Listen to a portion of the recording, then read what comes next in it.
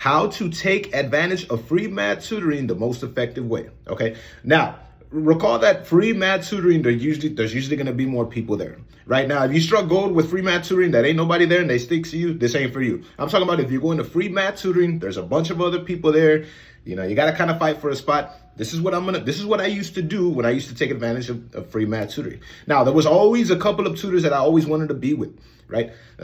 And it's a lot of times they weren't available to help me out. Hey, well, I'm gonna go in there and I know they eat tacos. Hey, I brought you some tacos. When you can't come see me, you're gonna have to play that game, right? Especially if you go up to these upper classes and you can't do paid tutoring, you can only rely on free tutoring.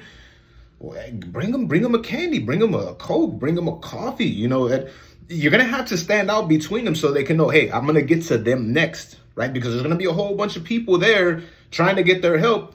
And especially if you like them, somebody else gonna like them as well. So you're gonna have to stand out. Now, if you know how the hours work too, definitely, right? If you know from 8 a.m. to 10 a.m. ain't nobody there, well, make sure you're there every single day at 8 a.m. to 10 a.m.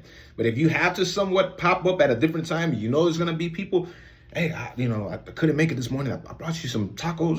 You're gonna have to do that so you can make sure you get your help.